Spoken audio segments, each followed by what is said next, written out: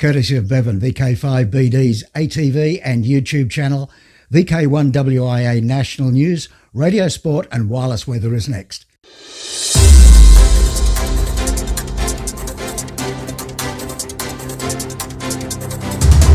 From Australia, this is the Wireless Institute of Australia with the weekly news service. This broadcast is in text, audio and video and is accessed on wia.org.au.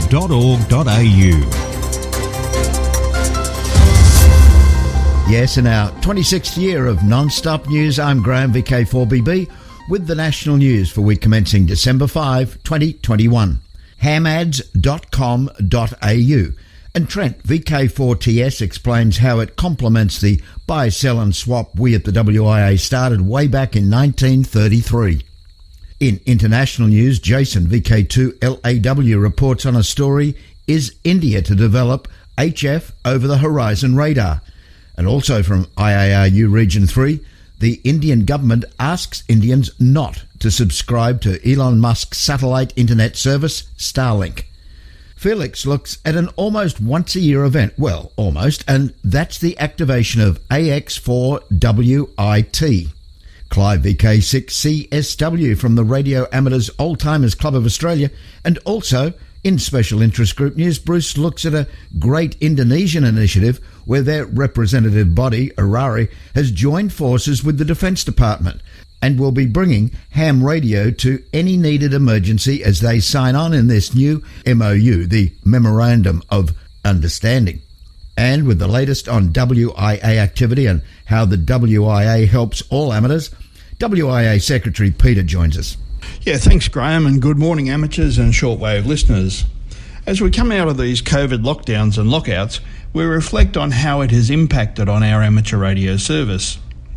Reports out of the UK show a significant increase in the number of amateurs sitting exams and becoming licensed. Similar reports are coming out of the US. Unfortunately, the same is not true for Australia. Why is this so? I cannot, for one, see why this should be the case. Australia has an extensive club network who can promote amateur radio in the community.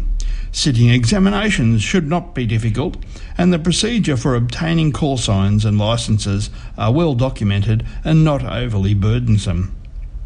So why have we not experienced a notable increase in licensed amateur radio operators? I'm not sure. What can we do about this? Well, firstly, it's important for clubs to promote amateur radio. Clubs have just appointed, the WIA has just appointed a new club liaison officer, and he is keen to work with clubs to get the latest contact information on the WIA website. A quick look at the number of people accessing the WIA website is enlightening. There are a large volume of clicks, but if the information is incorrect or outdated, it does not lead to any contact, and the candidate probably loses interest. The board of the WIA encourages clubs to update the club listing to ensure the latest information is available to the public. I also encourage clubs to list activities on the WIA calendar. If you can't access your club website, please contact the National Office of the WIA by email for assistance. This has been WIA Director Peter, VK8ZZ, wishing everyone a Merry Christmas. hamads.com.au. Since the first issue of Amateur Radio magazine released by the WIA on the 1st of October 1933, Hamads has been a prominent presence as the premium buy-sell platform, and now, 88 years later, Hamads is now online to complement the current AR magazine content. After a number of inquiries and requests from members, the WIA has created a members classified website, Hamads. If you're a WIA member or registered on MemNet, you can join. But wait, there's more. Even WIA non-members can access the site as well, viewing adverts and contacting vendors. Clear out the shack with the classifieds and auction sales. And right now, Hamads is ready to accept your advertisements. However, this is currently a beta release, and we didn't want to hold back the release for our members. The Hamad teams will be fine-tuning the site to improve the user experience, so please report any anomalies found as we value your feedback to hamadsonline@wia.org.au. Go to Hamads now. This is Trent, VK4TS. Now, international news with Jason, VK2LAW. Hello, leading international news from IARU Region 1, FFP2 masks for ham radio exams in Germany. Due to the pandemic, Germany's Federal Network Agency requires those taking amateur radio exams at the Berlin, Nuremberg and München exam venues to wear FFP2 masks of at least 94% filtration. A translation of a DARC post reads, relating to the coronavirus COVID-19, authorities advise you to wear an FFP2 or medical mask. Only FFP2 masks are permitted at these locations. Vaccinated test subjects must provide evidence of a complete vaccination. Those who have recovered need a PCR or other nucleic acid verification from at least 28 days and a maximum of 6 months ago. All other participants require a certificate of a successful negative rapid test within the last 24 hours before the start of the test. Belgium's communications regulator, BIPT, is to hold an amateur radio exam in the southern Belgian province of Luxembourg in Wallonia on January 7. BIPT had previously announced a cancellation of amateur radio exams at its exam centre until at least the end of the year due to the pandemic. Translation of the new post by the UBA reads, "We are pleased to announce the first general public examination organised outside the walls of BIPT. The exam will be held on Friday, January 7 at the Euro Space Centre. The exam is open to all candidates for the Basic, Novice or Harrick certificate." In news from Region 2, the FCC has given its first OK for the manufacture of an FM-capable citizens band radio in the US market. President Electronics of Naples, Florida, was given the go-ahead to introduce the model known as the President Thomas to US consumers.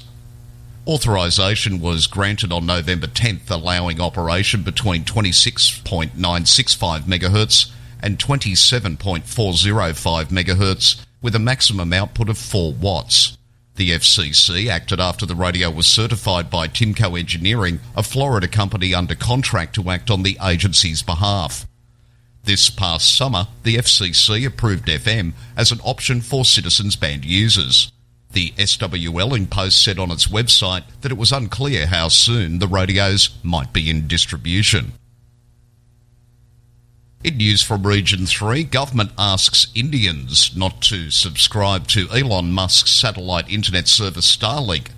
Elon Musk's SpaceX does not have the licence to offer broadband internet services in India, says Ministry of Communication, and it's asked its citizens not to subscribe to the service.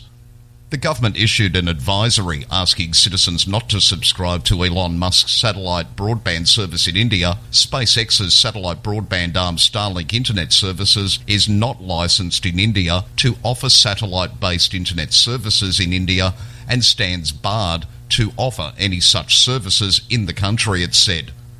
The DOT has asked the billionaire's Internet from Space company to comply with the regulatory framework for offering the service in India and stop booking or rendering the internet service in India with immediate effect. Still in India, India to develop HF-OTH radar. A report on the Alpha Defence site suggests India may be building its own HF over-the-horizon OTH radar. The site says, in a big development, the premier radar development lab of DRDO is working on an over-the-horizon OTH radar system to keep a close eye on Chinese movement in the Indian Ocean region, IOR. The Indo-Pacific is now turning out to be the most important part of the world today. For India, this part of the world is even more important as it is India's backyard. The prototype radar will have 2 different type of radar arrays, the wire log periodic antenna array and broadband monopole array. It's believed the log periodic antenna array will be used to identify the best frequency to use. When you live underneath the radar, there's no way that you're ever going to get far. Okay, so that's with apologies to Underworld's hit from 1988. And you can read the full story in our text version on wia.org.au. And wrapping up this week's international news, new law hits AIS beacons. A new law introduced by Beijing appears to have resulted in ships turning off their automatic AIS beacons 161.975 MHz or 162.025 MHz when in Chinese waters. A report by Benedict Brooke in news.com.au says vessels from around the globe, from tankers to cargo ships, have disappeared from global tracking systems as they've entered some of the world's busiest shipping lanes close to Chinese ports. As the ship leaves Chinese waters, they reappear again. On November 1, a new law came into effect in China restricting foreign access to any data, potentially including shipping data, deemed to have a bearing on national or economic security. On the same day, a report on the government-controlled China Central Television CCTV Focus news program stated that suspicious radio equipment had been found in the home of a radio enthusiast close to a military base and commercial port in Zhangjiang, in the country's south, west of Hong Kong. The broadcast said the enthusiast, not to be confused with any radio ham, had installed the equipment which would aid the global tracking of ships in real time via the internet. The man had no qualms about his high-tech delivery. After all, collecting data on the movement of ships is nothing new. The major way maritime vessels are tracked is through the Automatic Identification System, or AIS, which is kind of air traffic control for the seas. It uses transceivers fitted on vessels to transmit their position. The data is then picked up by other vessels, satellites or AIS base stations on land. The information can show an individual vessel's position, speed, name and destination. It's considered vital in modern shipping and allows ships, particularly in busy sea lanes, to know where the position of other vessels are to avoid collisions. It also gives an overview of maritime congestion and allows anyone who wants to keep a tab on commercial vessels. For VK1WIA National News in Sydney, I'm Jason, VK2LAW. This is the home service of the Wireless Institute of Australia through VK1WIA. Now operational news with Felix, VK4FUQ. Hello there. December 4 and 5, 160 metres worldwide. December 11-12, 10 metres worldwide. 2022. January, the entire month every year, is the WIA Ross Hull VHF UHF Marathon Contest.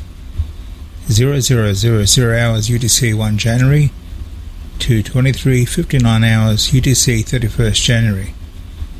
WIA VHF UHF Field Days, Summer 2022. 0100 hours UTC Saturday 15 January through 00:59 hours UTC Sunday 16 January. Dipperson VK6. John Moore Memorial Field Day, March 2022. DX Window, AX4WIT.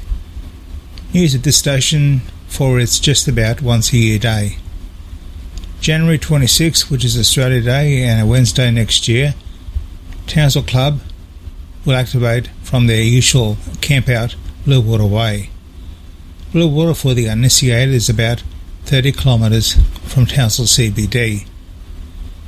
Belgian Special Prefix. Belgian Institute for Postal Services and Telecommunications has announced that Belgian radio amateurs and Belgian radio clubs may replace the normal prefix ON in their call sign by the special prefix OS until December 12, 2021. This to celebrate the 120th anniversary of the first transatlantic radio transmission on December 12, when Marconi first succeeded in bridging the Atlantic Ocean with wireless signals. Happy and Holy Christmas. Special Dutch call signs for December, January.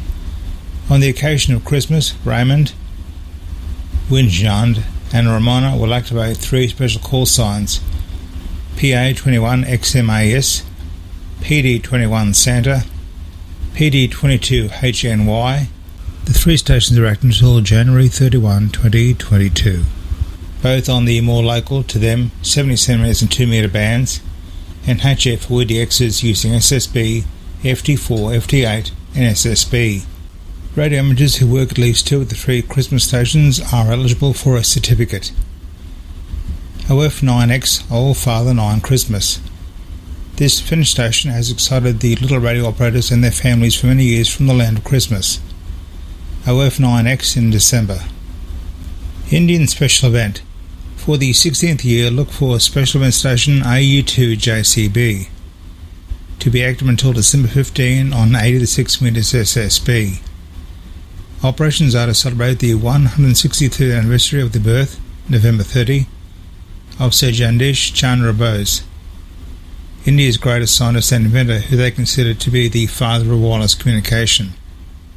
Budapest Amateur Radio Society are on the HF bands until December 16, using the call sign HG5 Planet, celebrating the Nature-Friendly Development Sustainability Expo in Budapest.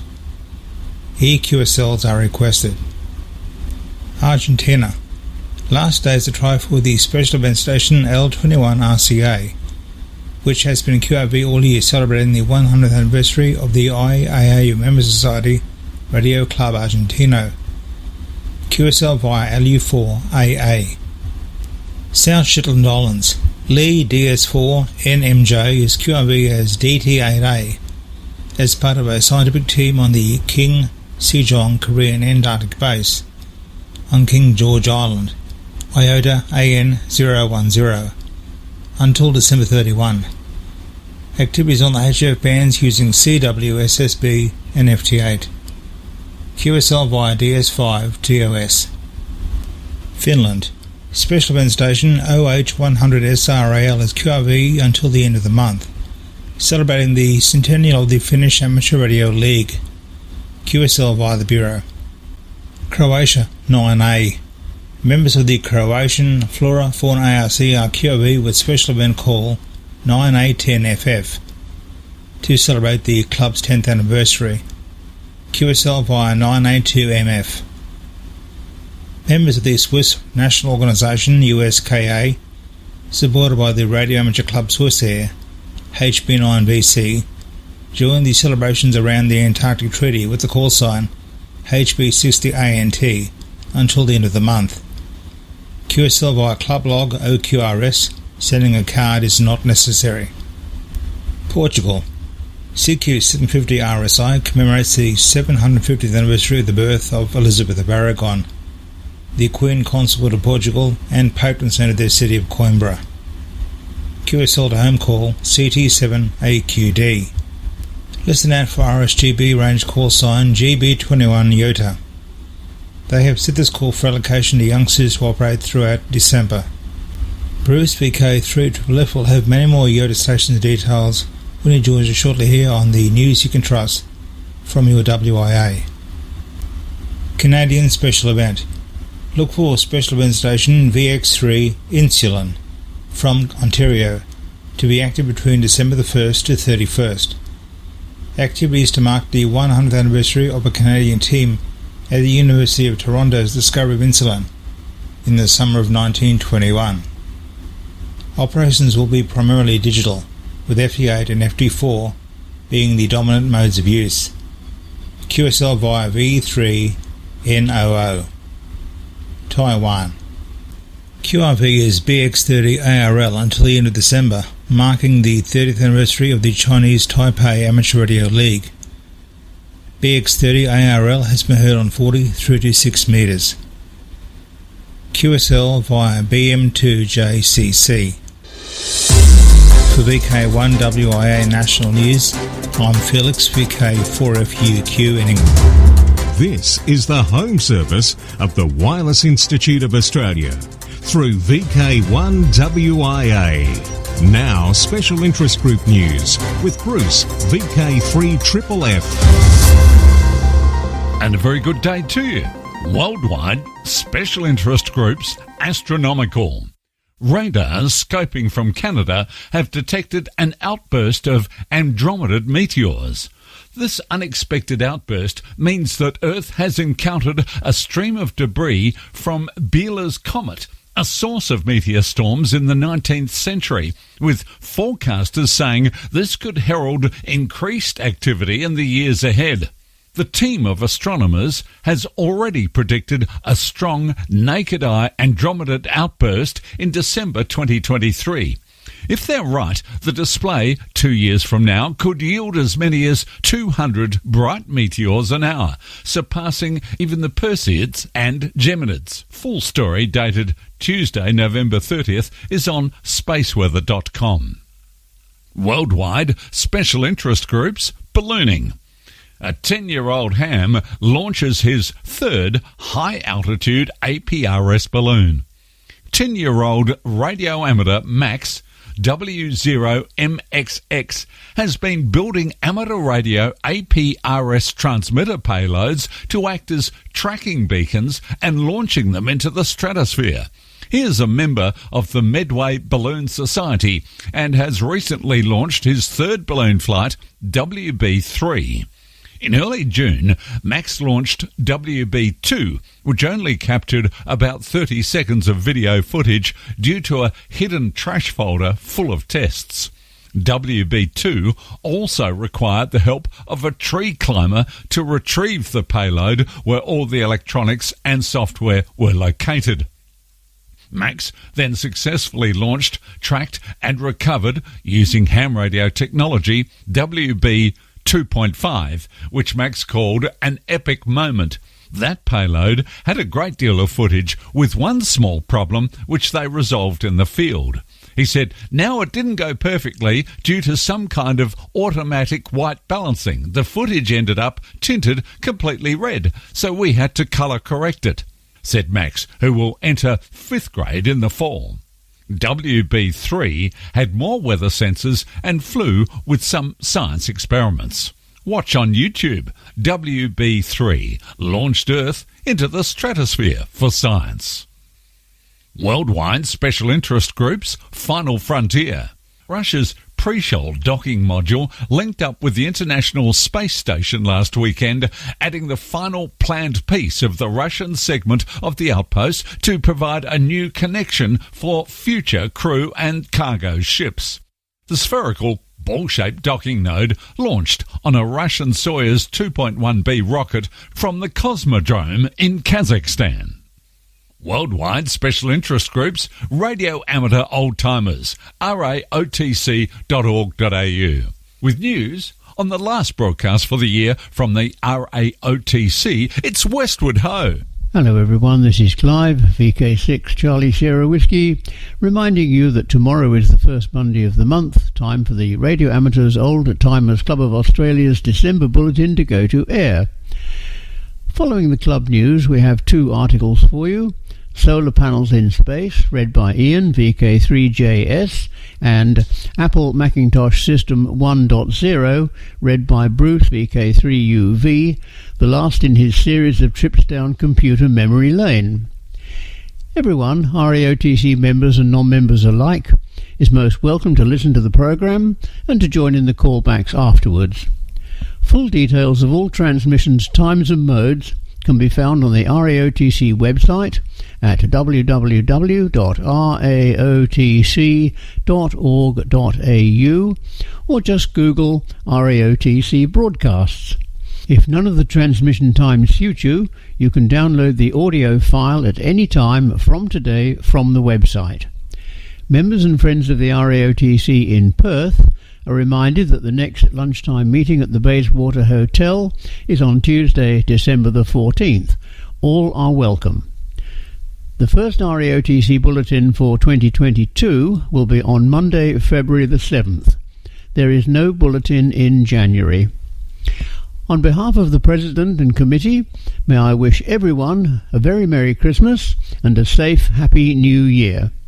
Once again, tune in tomorrow for the December RAOTC Bulletin. Enjoy the programme and please join in the callbacks afterwards. 7-3 from Clive, VK6 CSW.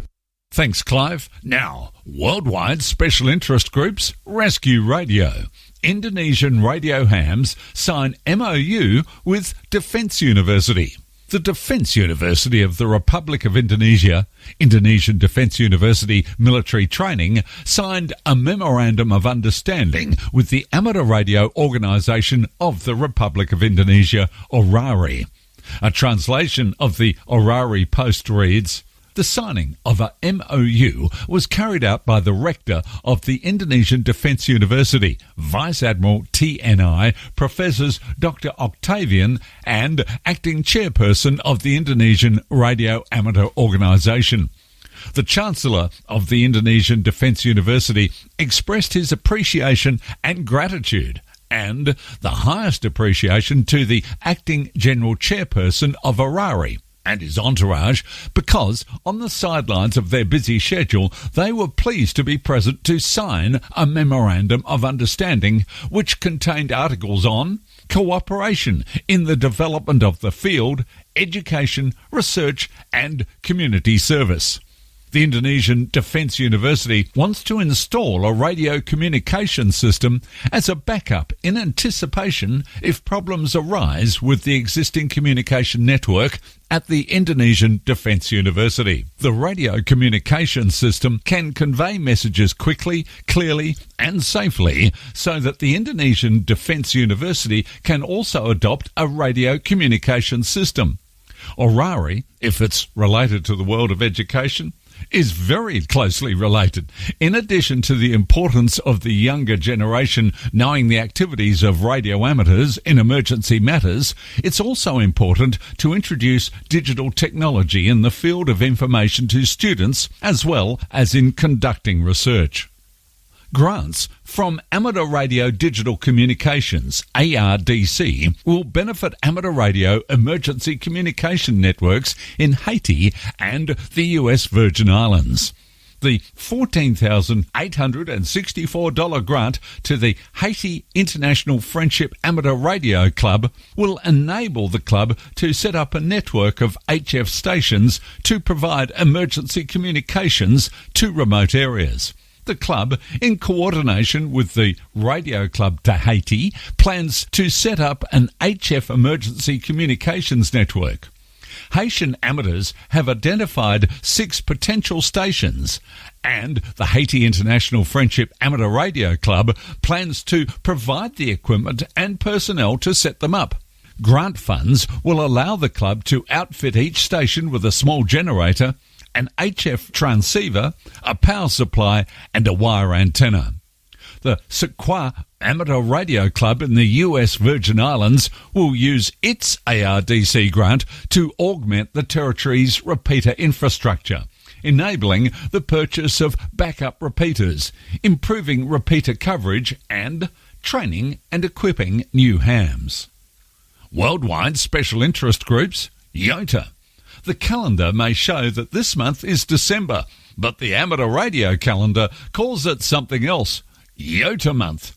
This month's 31 days are devoted to encouraging youngsters around the world to get on the air using the letters Y-O-T-A, Iota, as their suffix in their call signs. International Iota stations are calling QRZ with operators in their teens and early 20s. Be listening for ZS9 Iota from South Africa, 5B4 Iota from Cyprus, OD5 Iota from Lebanon, and K8Y, K8O, K8T, and K8A from the US. There are many others, and the bands are expected to be busy as the young radio operators vie for various awards and plaques. Stations like Argentina, active as LR1 Iota, Cuba as CO0 Iota, and Peru as OA0 Iota. Listen for and contact these stations as well as all call signs ending in the letters Iota across the globe. Hams making contacts with these Iota stations are advised, as always, to remember that they might just be that young radio operator's first contact, so make it memorable. I'm Bruce, VK3FFF from sunny Bendigo. And with that, we reach the end of WIA News for yet another week. Thanks, Bruce. And thanks, Clive, Felix, Jason, Trent, Peter, and you for listening. Don't forget to watch the video adaptation of this WIA National News. You'll find the link on the WIA homepage, or just search WIA News on YouTube, or the guy that puts it all together and absolutely does a top job, Bevan, VK5BD. Now, Till next we meet, I'm Graham, VK4BB. Walk softly, Christmas is coming. It's Christmas. Spend your Christmas with us here on VK1WIA, your number one radio station. This broadcast is in text, audio and video and is accessed on wia.org.au. Courtesy of Bevan, VK5BD's ATV and YouTube channel, this has been WIA National News. We're back now, live and local, and your voice, your callbacks. And don't forget, tick like.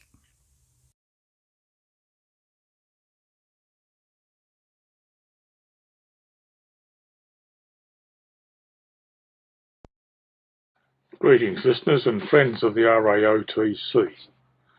This is VK3OTN, the station of the Radio Amateurs Old-Timers Club of Australia, saying welcome to this broadcast for December 2021.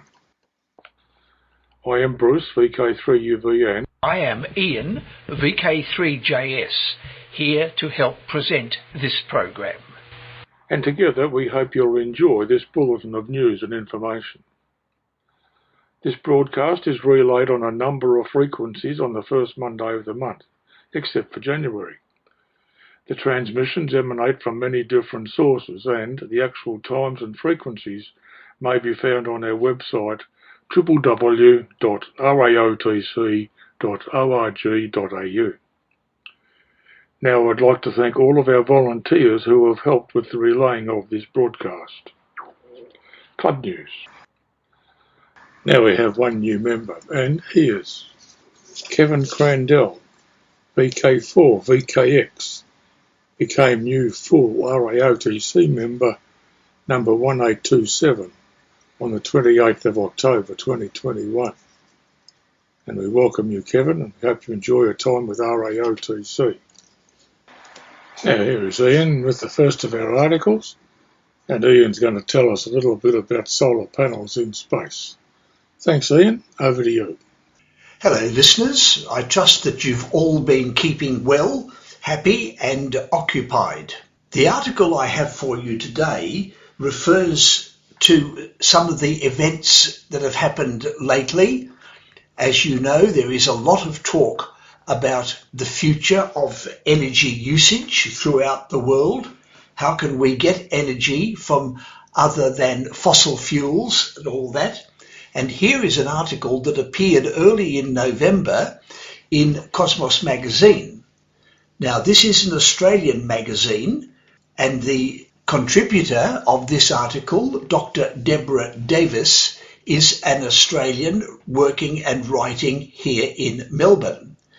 But she has of necessity to refer to a lot of preparation and information that's happening in America at the present time. However, on the subject of solar panels being used to help gather the sun's rays, this is what she has to say. As the world prioritises the transition towards net zero carbon emission and hopefully avert a climate catastrophe, solar is proving itself the prime candidate to replace our reliance on fossil fuels. But defenders of fossil fuel energy sources often point to solar's limitations and the fact that cloud cover, let alone nightfall, reduces its power output.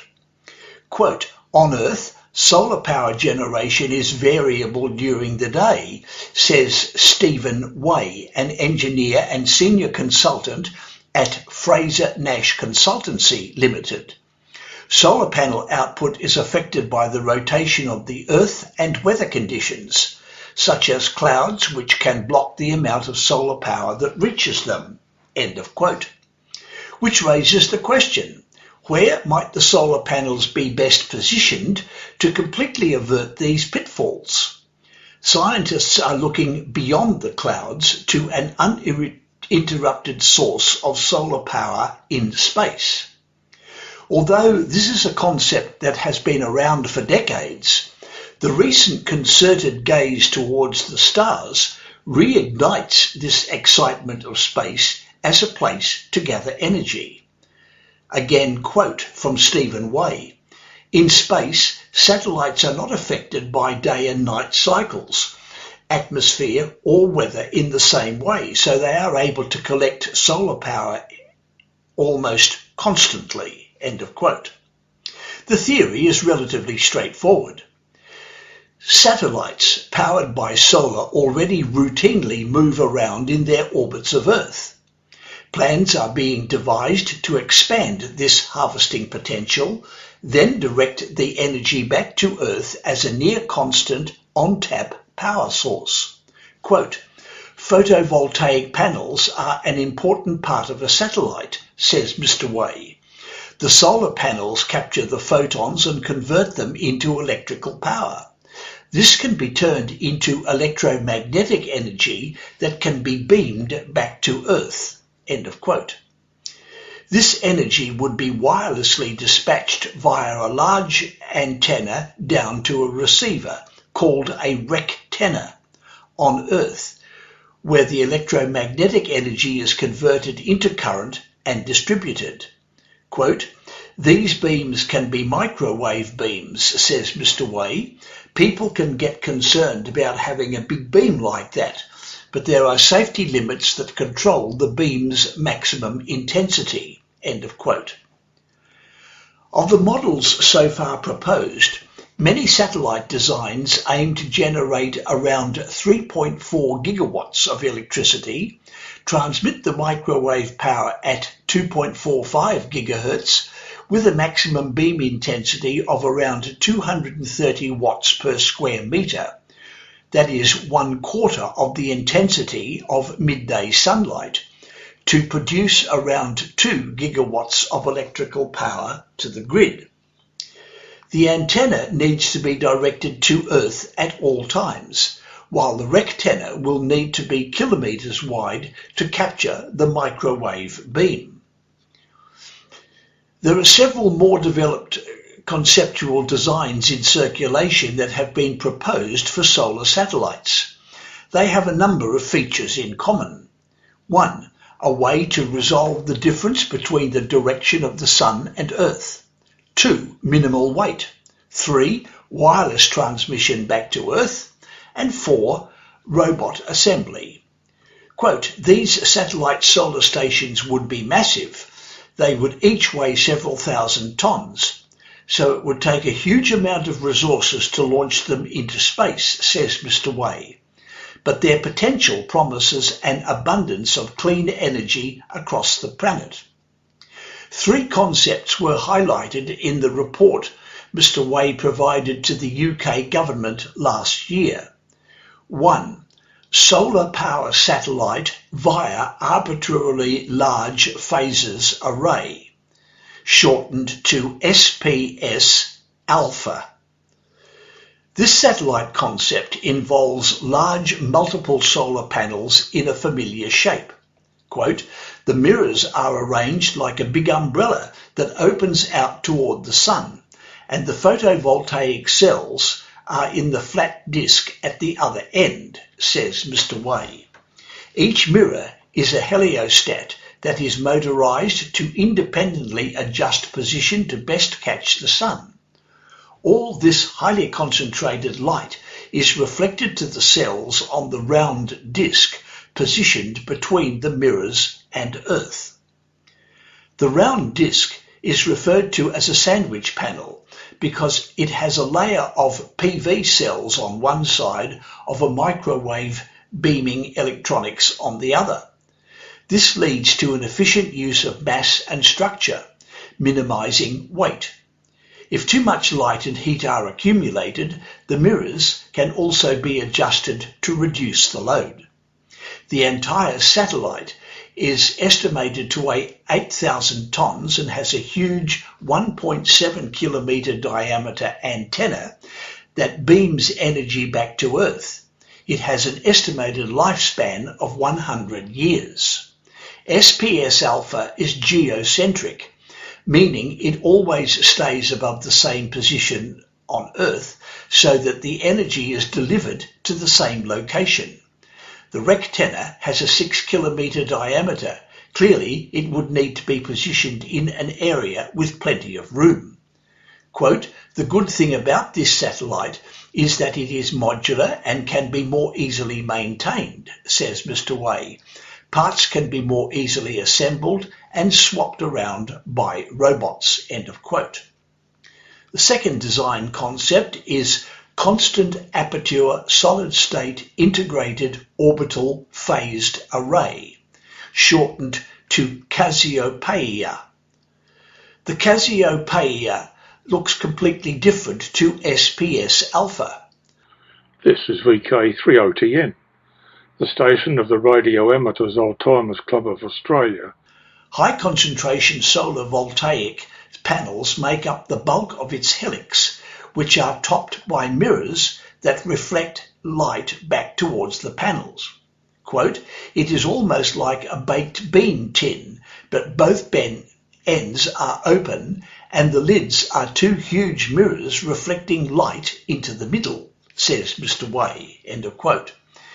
Instead of one big antenna, thousands of microwave antennae sit at right angles to the photovoltaic panels that send energy back as an array instead of a single beam.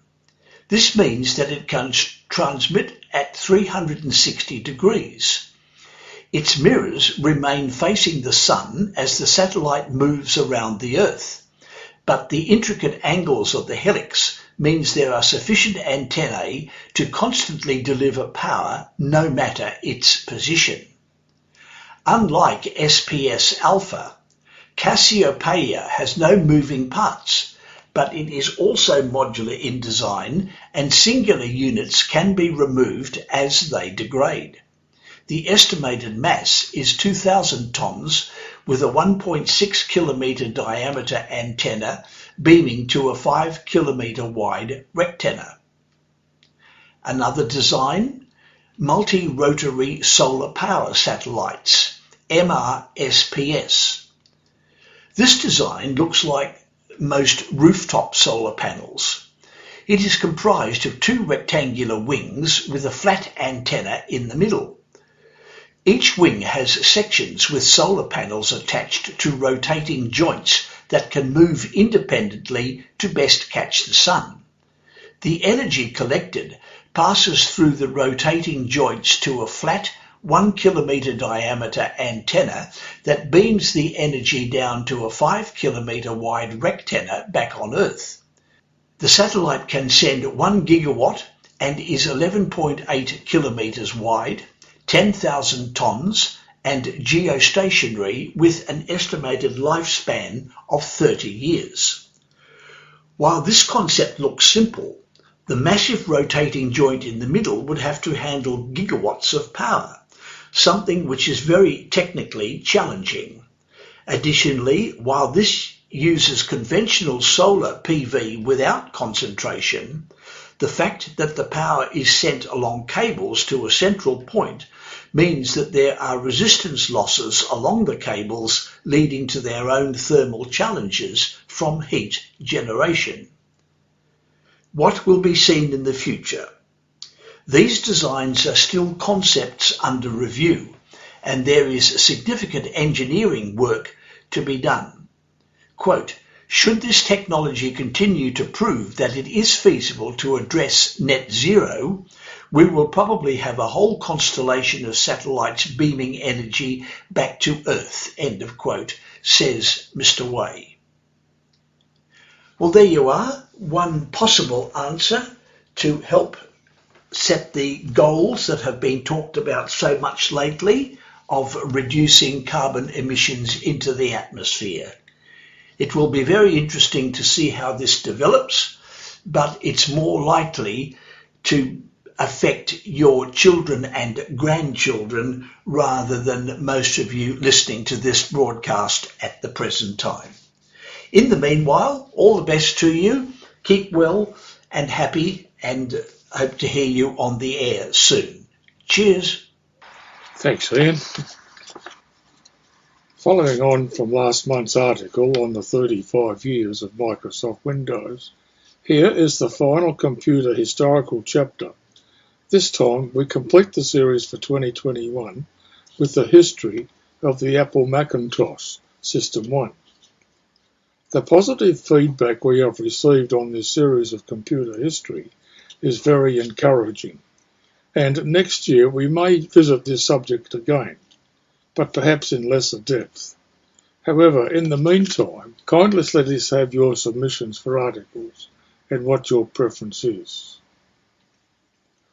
You are tuned to VK3OTN, the station of the Radio Amateurs Old-Timers Club of Australia. Here is another article from technical author Ben J. Edwards, which was also published in How to Geek on the 8th of June 2021.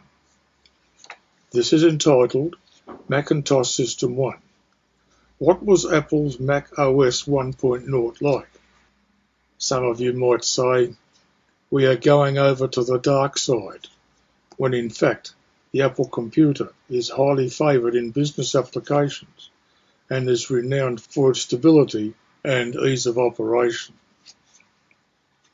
On January the 14th, 1984, Apple released the first version of the Macintosh operating system, System 1.0. Despite being almost 4 decades old, many of these features resemble today's Mac OS. We'll take you on a brief tour of this historic operating system. Released in 1984, the Apple Macintosh radically altered the course of personal computer history.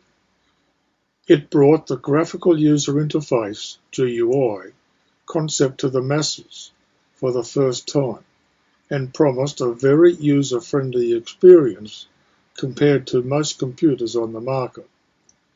It also pushed the state-of-the-art forward in user interfaces with a completely bitmap display and support for proportional fonts.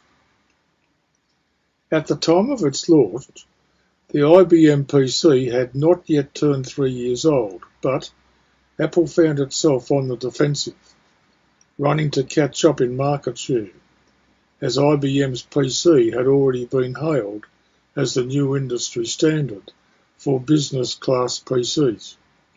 Despite that, what set the Mac apart most was its innovating operating system, which went on to inspire how Windows works as well. Over time, Apple has referred to its Macintosh operating system by different names. Originally, Apple didn't recognize the version numbers of the system software and referred to it as just System 1.0 or System 2.0 internally. So technically, there isn't a Mac OS 1.0, only System 1.0. With System 5 in 1987, Apple began calling the OS Macintosh system software. Apple changed the name again to Mac OS, with the release of Mac OS 7.6 in 1997, and that continued until Mac OS 9. A variation of that spanned Mac OS X 10.0 to Mac OS X 10.11. With the release of 10.12 Sierra in 2016, Apple changed the OS name to Mac OS, which is now how it continues to be referenced today. Macintosh System 1 utilised the desktop metaphor pioneered at Xerox PARC and used earlier on the Apple Lisa as the conceptual model for working with files and applications. It included a virtual desktop surface as the farthest background layer behind application windows. As with the Mac today, System 1.0 displayed files and applications as graphical icons that could be placed spatially on a two-dimensional plane on the desktop or within folders. This resembled placing pieces of paper inside a folder on a real desk surface. Double-clicking a document or the application icon opened it. Just point and click. This was a huge contrast to other computer systems that required people to memorize special commands and syntax typed into a command prompt to use their machines. The original Macintosh shipped with only 128 kilobytes of random access memory, and a single-sided double-density 3.5-inch floppy drive. That means that System 1.0 needed to work well under lean conditions and fit onto a single 400 kilobyte floppy disk.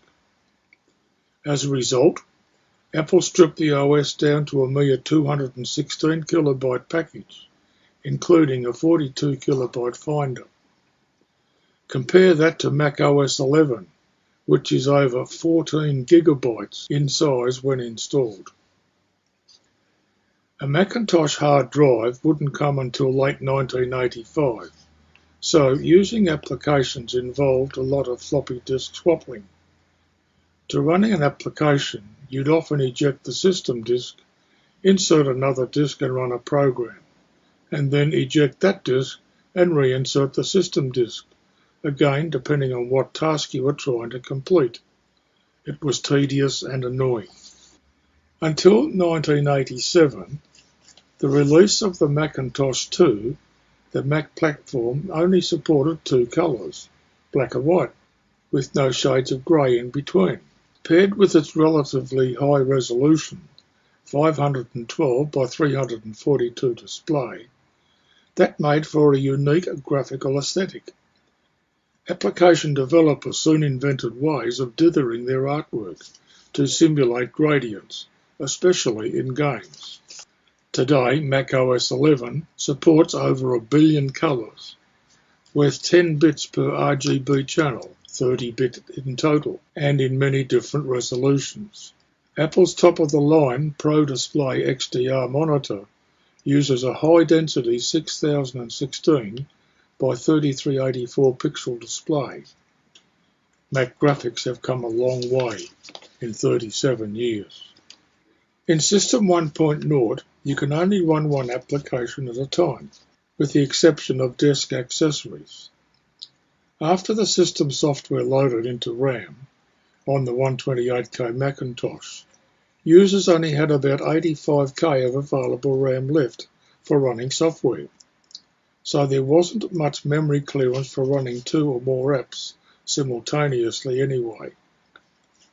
When run, each System 1 era application would take over the whole screen and show its own menu bar with custom options.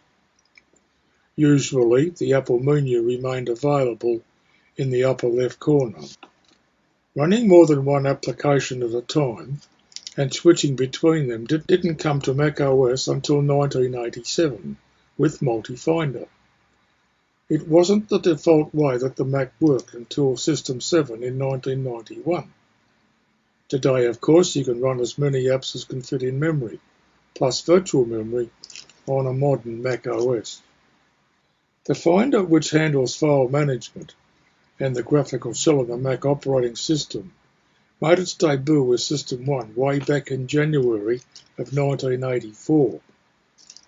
Finder borrowed much of its functionality from the earlier Apple Lisa interface, while Finder 1.0 possessed many qualities in common with today's Mac OS, such as support for mice, overlapping windows, an icon-based desktop interface, a menu bar, keyboard shortcuts, a clipboard and a trash can.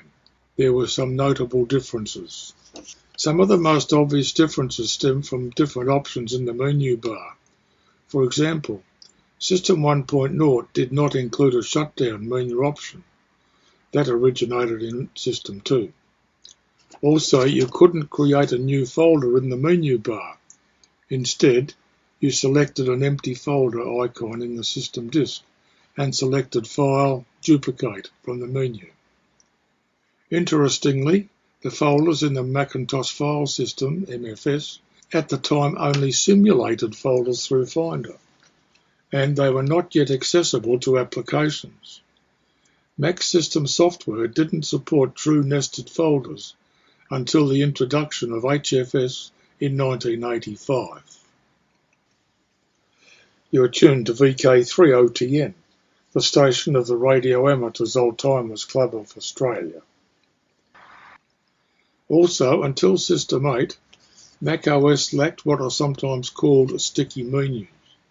Today, you can click a menu and it pops up, When you release your button, it stays open. In System 1, you had to keep your mouse button depressed until you selected the option that you wanted, and then release the button to actually execute the selection. In lieu of multitasking, Apple did include a small suite of applets called disk accessories with its Mac system software. You could run these disk accessories at any time via the Apple menu in the upper left corner of the screen. System 1 accessories included Scrapbook, a visual clipboard that could hold multiple entries of text or graphics for pasting between apps, alarm clock, notepad, a place to write 8 pages of text for later reference, calculator, keycaps for keyboard input with the mouse, control panel and a puzzle.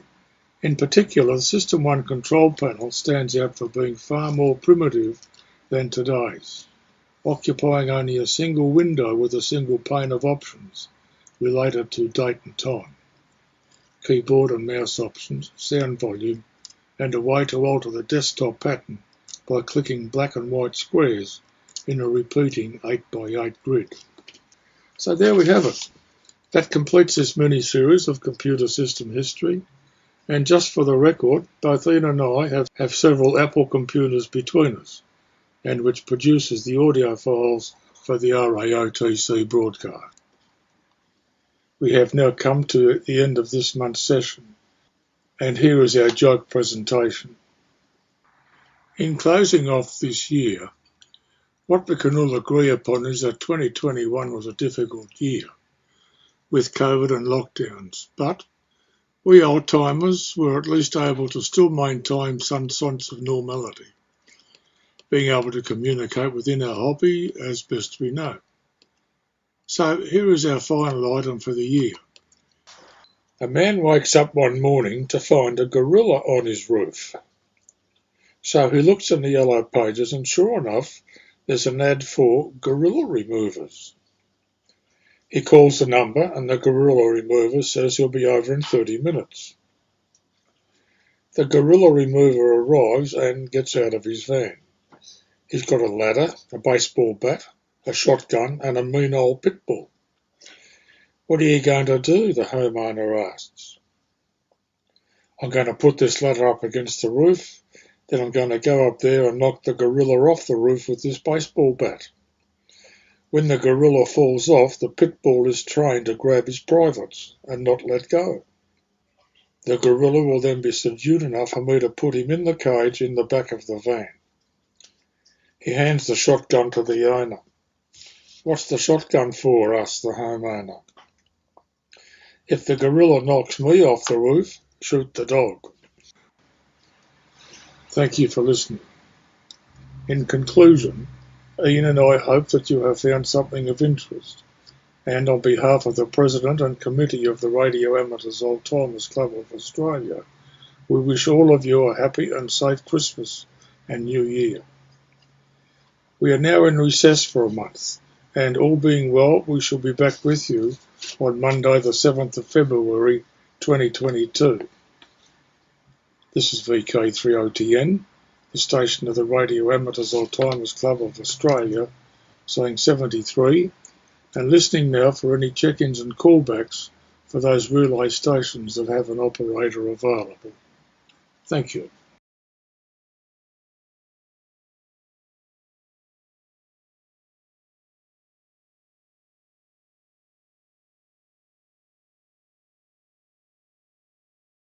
We have a partially Earth-directed solar storm that looks like it could graze Earth to the south, and some coronal holes could bring us some fast solar wind as a chaser. Those stories and more in the news this week. This space weather forecast is sponsored in part by Millersville University. Come get certified in broadcast space weather. Visit millersville.edu/SWEN. Space weather this week is definitely keeping us on our toes. As we take a look at our Earth-facing sun, you can see lots of bright regions in the southern hemisphere, and this is good news for amateur radio operators and emergency responders because these regions are boosting that solar flux and keeping radio propagation in the marginal range on Earth's day side. And it looks like those conditions will continue for at least the rest of this week. The nice thing is, though, that these regions are not flare active, so we don't have to worry about big radio bursts bothering radio communications on Earth's day side. Now, as we also take a look, you can see several finger-like coronal holes. These coronal holes are going to be bringing us some fast solar wind. We've got one pocket that's going to be over the next couple days, and then we're going to wait a little bit, and we're going to get another pocket from that crescent-like shaped coronal hole that should be bringing us some fast solar wind, probably around the latter half of the first week of December, and this could bring aurora possibly down to mid-latitudes for a short period of time. And then there's one other cool thing is that on the 29th, whoosh, do you see that? That was a solar storm that was launched. Now this solar storm was actually launched to the south of us, and you can see that in the coronagraph images. You can see this almost partial halo that goes to the south, but this solar storm looks like it might actually have its northern tip graze Earth sometime around late on the 2nd or into the 3rd, and we'll definitely talk more about that in a minute. Meanwhile, as we go and take a look at our far-sighted sun, this is stereo A, and it's looking at the sun just a little bit from the side. You can see that big finger-like crescent coronal hole that's going to be rotating into the Earth strike zone here over the next, week or so, and that's going to be the fast wind chaser for that solar storm. And then if we take a look behind it, we see a little bit of activity both in the north and in the south, and these are new bright regions, likely going to be reasonably quiet, and probably not big flare players, but they will continue to boost that solar flux, so radio propagation should remain pretty good on Earth's day side. Switching to our prediction model Enlil, now this is NASA's version of the model, and you're looking down at the sun from the North Pole with Earth being off to the right. And as you take a look, you can see that solar storm being launched. You can tell it's not a super strong storm. As a matter of fact, as we step off and you can actually see the north-south cut, you can see that the storm is actually moving off to the south. Just the northern tip of it is going to graze Earth. But remember, we also have that coronal hole with that fast solar wind, and that could actually push this storm even further south, so it might actually miss Earth completely. But nonetheless, if it actually does graze Earth, it should happen sometime afternoon on the 2nd and possibly into the 3rd. But we're not expecting a big disturbance. But if you are an aurora photographer and you're dedicated and you want to take a chance, well, we do have a possibility for aurora.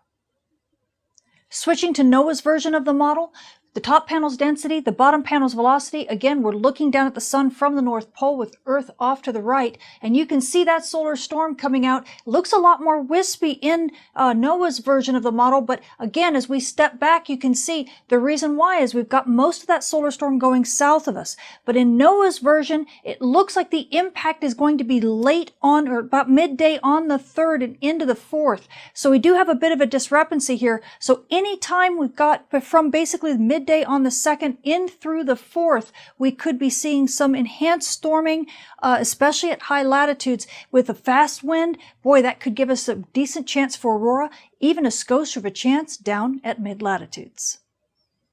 Switching to our moon, we are now passing through the 3rd quarter phase on our way to a new moon, with the new moon being on the 4th. So you night sky watchers, if you want to catch those dim objects in the sky, like, I don't know, maybe some aurora, well, now would be a great time. Switching to your solar storm conditions and aurora possibilities over the coming week, we are anticipating the glancing blow from that solar storm that's headed towards Earth, but could likely go mostly south of Earth. But at high latitudes, NOAA is expecting minor storm conditions with up to about a 65% chance of a major storm. And if you notice, there's a little bit of activity all throughout the week. And this is due to the fact that we've got some fast solar wind that's beginning to hit now, and we're going to have that solar storm hit, and then after that, we're going to get another pocket of fast solar wind kind of as a chaser. So we could have some decent opportunity for aurora at high latitudes easily through most of this week. So enjoy. Now, mid-latitudes, the story isn't quite so rosy. We are getting a little bit of disturbance from that fast solar wind up front now. So there's a tiny chance for aurora at mid-latitudes, but then when that solar storm ends up grazing Earth right around the 3rd, we could jump to active conditions with up to about a 25% chance of a minor storm, and then we should settle down just a little bit slowly because we'll have that fast wind chaser as well, but the wind shouldn't be all that fast, so we do get maybe some sporadic chances of aurora at mid-latitudes, nothing like what we would have at high latitudes, so only dedicated aurora chasers at mid-latitude should you bother, because I don't want you to get too disappointed when things may not be quite as strong as you would hope them to be. Switching to your solar flare and particle radiation storm outlook over the coming week, believe it or not, over the past 24 hours, we've actually seen a little bit of complexity emerge in some of these bright regions. In fact, region 2900 is showing a little bit of chance for big flare activity, and we've had a couple new regions emerge on the Earth-facing disk. So NOAA has upped the big flare risk. We've got about now a 5% chance of M-class flares over the next few days, mainly due to region 2900, but it looks like regions 2902 and 2903 might also provide a little bit of flare risk here as the days wear on. The nice thing, though, is that all these new regions are allowing the solar flux to maintain itself in the low 90s. We are still in the almost good range for radio propagation on Earth's day side. So amateur radio operators and emergency responders, enjoy this. It's easily going to last throughout this week. Now, also because we are still climbing out of solar minimum, we are still getting a bit more cosmic ray flux than we'd like. So you frequent flyers, and this does include aircrew who fly over 800 hours annually and fly at high latitudes and high altitudes, you are in the moderate range for radiation dose. This is the D2 minor range, and it does include prenatal passengers, so please take this into consideration in your flight plans. So the space weather this week is definitely keeping us on our toes. We have a solar storm that looks like it's coming toward Earth, but maybe it's going to go south of us and just give us a grazing passage, but it seems to be kind of sandwiched between fast solar wind both before it and after it. So aurora photographers, if you're at high latitudes, you could definitely get a little bit of a show, kind of a low boiling disturbance throughout the rest of this week. Whereas at mid-latitude, if you're, aurora photographer, perhaps you should chase only if you're dedicated, because aurora will likely be fleeting and sporadic. But we could get the most intense show if there's going to be one sometime around the 3rd. Now, amateur radio operators and emergency responders, hey, the news isn't quite so bad for you. We only have a small M flare risk, so the risk for radio blackouts is pretty mild, but we are managing to stay in that marginal range for radio propagation, almost into the good range, because solar flux is maintaining itself in the low 90s, and that's going to easily continue with all these new bright regions beginning to emerge. So enjoy. And now you GPS users, well, we've only got that grazing solar storm passage, and we don't seem to have a lot of disturbance, so as long as you stay away from the dawn dusk terminators and away from aurora on Earth's night side, your GPS reception should be pretty good. I'm Tamitha Skov, the Space Weather Woman. Thank you for watching.